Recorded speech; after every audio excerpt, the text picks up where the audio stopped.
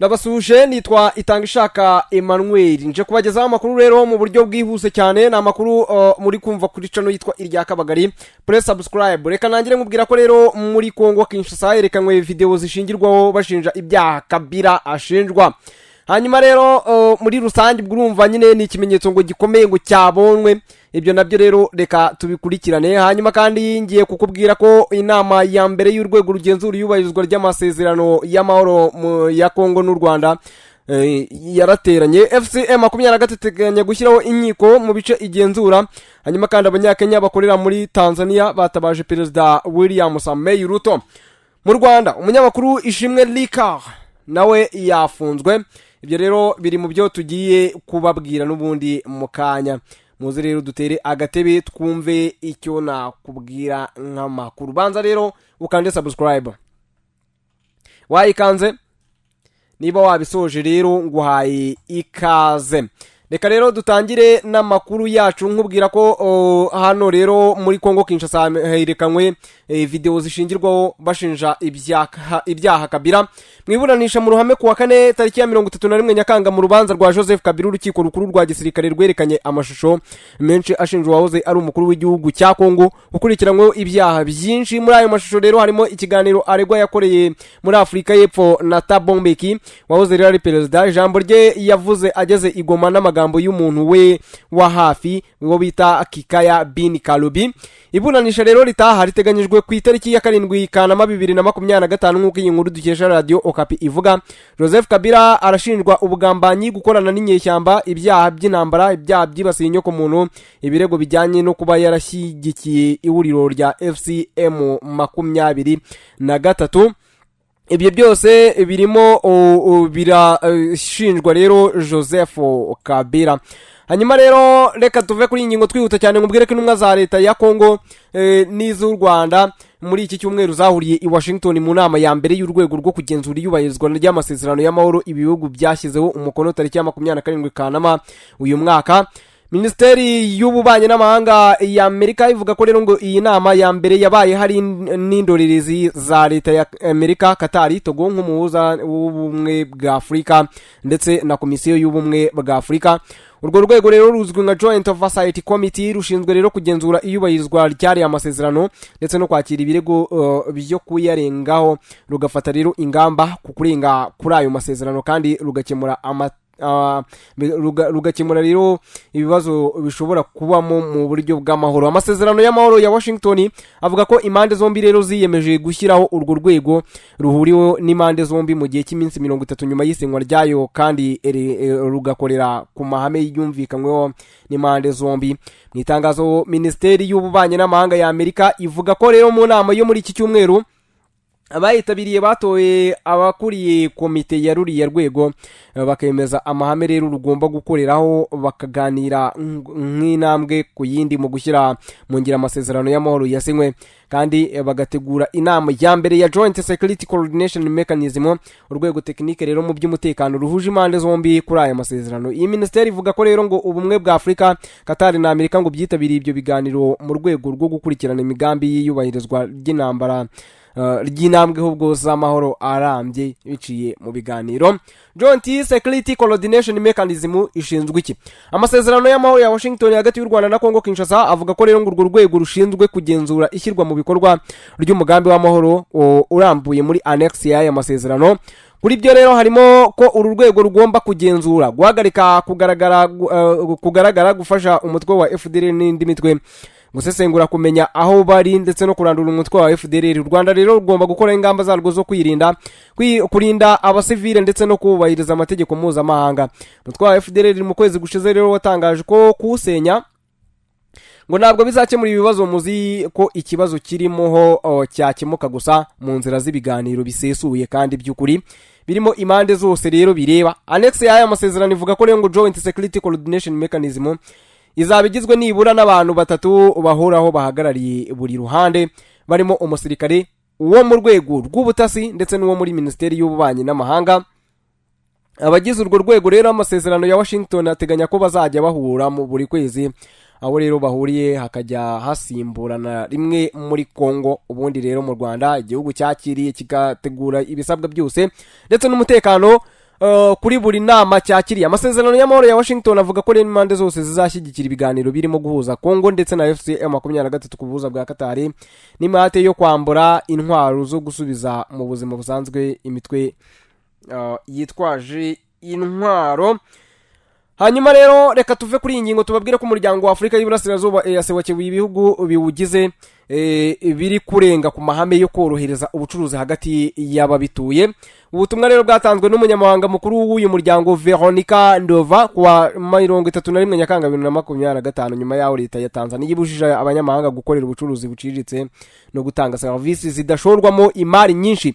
Iteka ryashyizweho umukono na Minisitiri w'Ubucuruzi Selemani Said Jafo tariki ya 28 Nyakanga rivuga ko rero ngo nta munyamahanga wemerewe gucuruza ibiribwa, kurangura imyaka, gucuruza imyenda, gutunganya imisatsi, gutanga services za mobile money ndetse n'ibindi. Iki cyemezo rero cyafashwe hagamijwe kurengera inyungu z'abaturage ba Tanzania nk'uko rero byasobanuwe na guverinoma y'iki gihugu mu gihe rero abanyamahanga bajya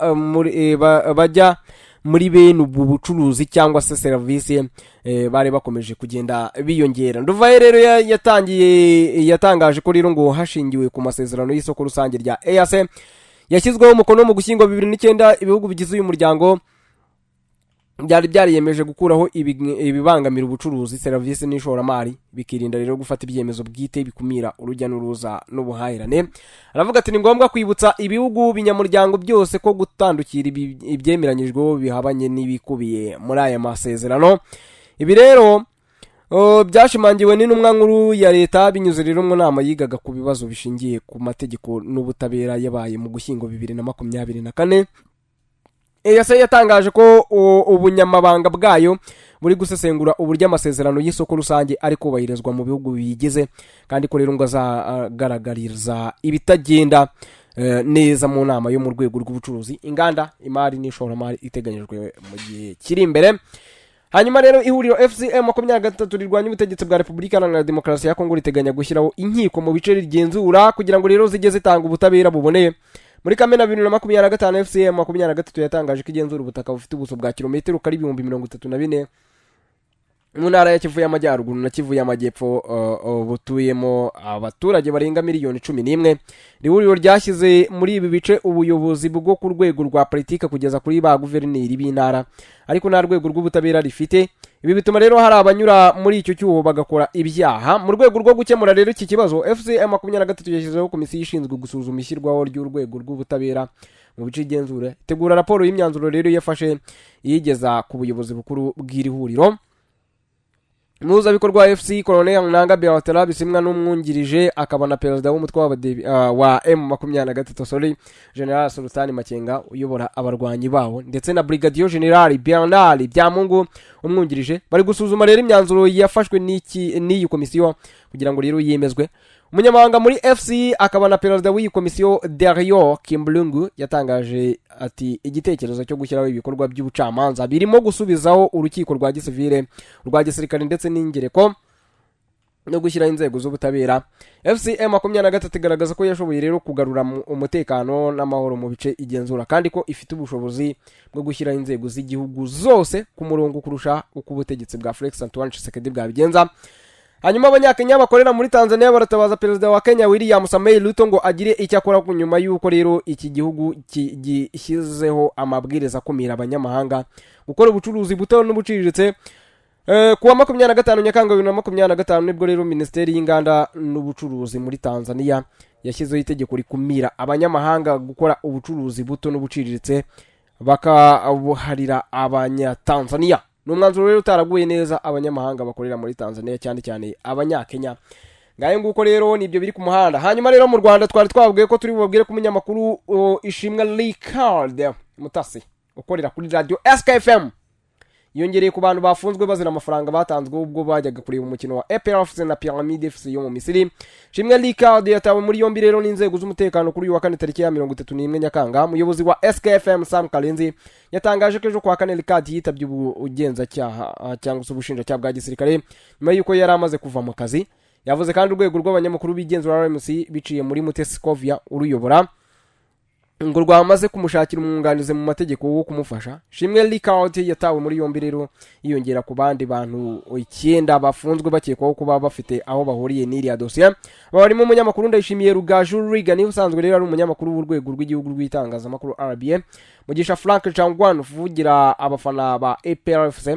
Hari amakuru nayo ari gucicikana avuga ko yamaze kurekurwa. Rugaju na Mugisha bafashwe rero kuwa gatatu tariki ya 30 Nyakanga. Makuru akavuga ko rero mu bantu 12 barimo n'abasirikare bakekwa 10 muri bo bamaze gufatwa. Ni iki nyirizina abafunzwe bazira? Muri Nzeri umwaka ushize nibwo APRFC yakinnye na Pyramide FC yo muri Misiri mu mukino rero wo kwishyura w'ijonjora rya kabiri rya CAF Champions League wabereye i Cairo.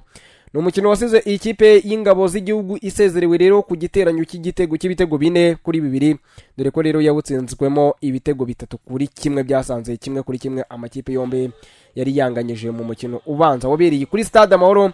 Mbere yuko APRFC ihaguruka i Kigali yari yagennye abantu bagomba kujyana nayo ikayiro barimo abanyamakuru babiri, Kayiranga Ephraim wakoreraga ishusho ndetse na Mugaragu David wa RBA.